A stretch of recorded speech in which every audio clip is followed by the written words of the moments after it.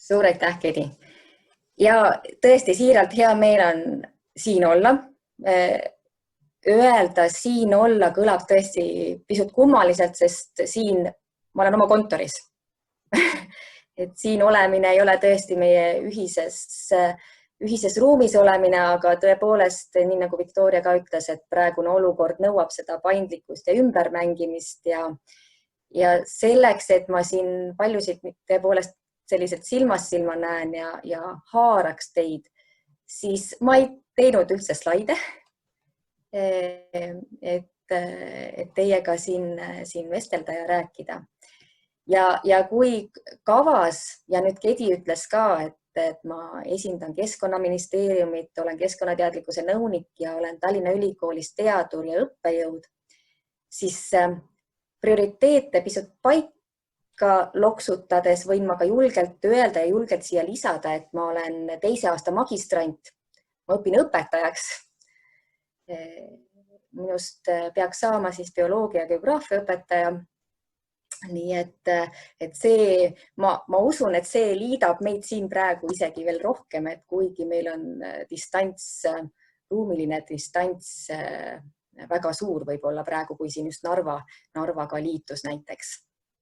Aga kõigi nende rollide juures, mis ma teie ees siin ka kannan ja mis paljud teist ka kannavad, et meil on ju see üks ja suur ja ühine huvi, et läbi hea ja kvaliteetse hariduse suureneksid meie noorte, meie õpilaste, aga terve elanikkonna teadmised ja nende pinnalt ka siis paraneks oluliselt kohe suurtel sammudel nii iseenda kui meie Eesti kui ka kogu maailma jätkusuutliku arengut toetav käitumine, mille suunas me siin ühiselt tegutseme.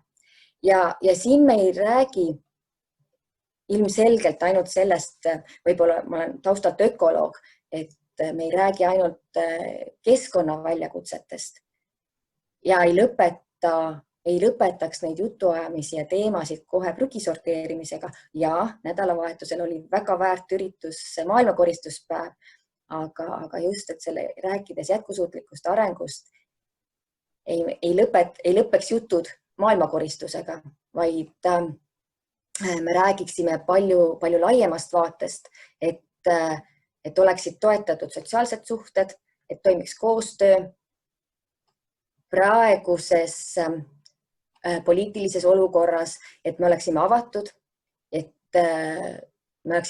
uutele mõtetele, uutele ideedele, teadmistele, et säiliks see uudishimu nii õpetajate poole pealt kui ka õpilaste poole pealt, et kui me praegu need uksed sulgeme, just kui me vaatame seda maailma olukorda ka, siis hästi keeruline on pärast neid uksi avada. Ja oluline kõik veel edasi minnes, mis siin jätkusuutliku arengu toetamisel ja õppimise juures on oluline, et toetatud oleks nii erinevatest kultuuriruumidest kui majandusmudelitest arusaamine. Ja ikkagi ma jõuan tagasi ökoloogina, et maa tervikuna, mis meid elus hoiab, maa ökosüsteemid hoitud oleksid. Ilmselgelt siin ringis, kus me praegu oleme, kõik koolid ja õpetajad ja hästi suur rõõm on õpilasi ka siin näha, et te olete neist teemadest ju teadlikud. Ja võib-olla praeguses olukorras kõlab ilmselt ebapopulaarselt, aga just sellised rakukesed, nagu me siin oleme, me saame olla nagu viirused, me saame nakatada just nende teadmiste ja käitumismudelitega, et just see jätkusuutlik areng oleks toetatud. Jah, see tõesti, lähme sellest viiruse teemast nüüd edasi, et ei ole ilmselt tarvitus öelda, et aasta 2020 on kuidagi eriline. See jääb meelde. Loomulikult jääb meelde ja ilmselt paljudele meist erinevate asjade tõttu, kas ebaõnnestumiste või õnnestumiste. Ma loodan siiralt, et väga palju õnnestumisi oli selle keerulise aja ajal meil kõigil. Aga oluline on see, et me seda aega targalt ära kasutasime ja ma juba näen nii mitmelt poolt ükskõik mis rolli ma ka praegu ei võta. Ma näen mitmelt poolt, et neid õnnestumisi ja uusi ideid ja uusi võrgustikke, uusi metoodikaid, õpetamise viise sündis sellel perioodil väga palju. See oli väga hea testperiood. Kui me läheme pisut eriolukorrast, see on paraku teema, eriolukorrast tagasi, siis vahetult enne eriolukorda tutvustati maailmahariduse raportit.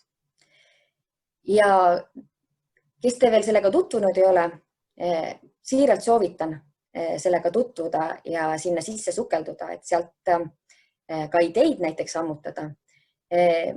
Väga tore ja tõhus meeskond andis olulist tagasisidet sellele, kuidas Eestis toimub maailmahariduse andmine. Ja see raport on tõesti hea ülevaade, kuhu me oleme Eestis jõudnud. Eesti sai kiita, Eesti õpetajad said kiita. Mondo, kes teeb väga vägevaid õppematerjale, sai kiita. Loomulikult ka Tartu loodusmaja seal juures, kes ka väga mitmeid asju toetab, teeb vägevat tööd. Aga me saime ka läbi selle raporti, me saime väga palju tänuväärseid ettepanekuid, väljakutseid, mille suunas me peaksime veel ja jõudsamalt liikuma, et just erinevad maailmahariduslikud, mis toetavad, mis õppemeetodid näiteks toetavad jätkusuutlikku arengut, jätkusuutlikku arenguharidust. Me saime väga palju ettepanekuid.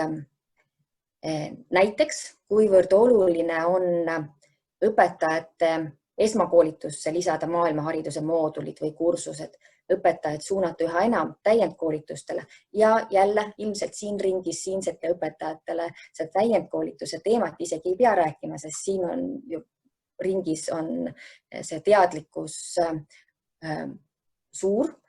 Aga just jälle me jõuame selle viiruse ja nakatamise juurde, et järgmine etapp on see, et nakatada neid õpetajaid, kes veel ei käi nendel täiendõppetel.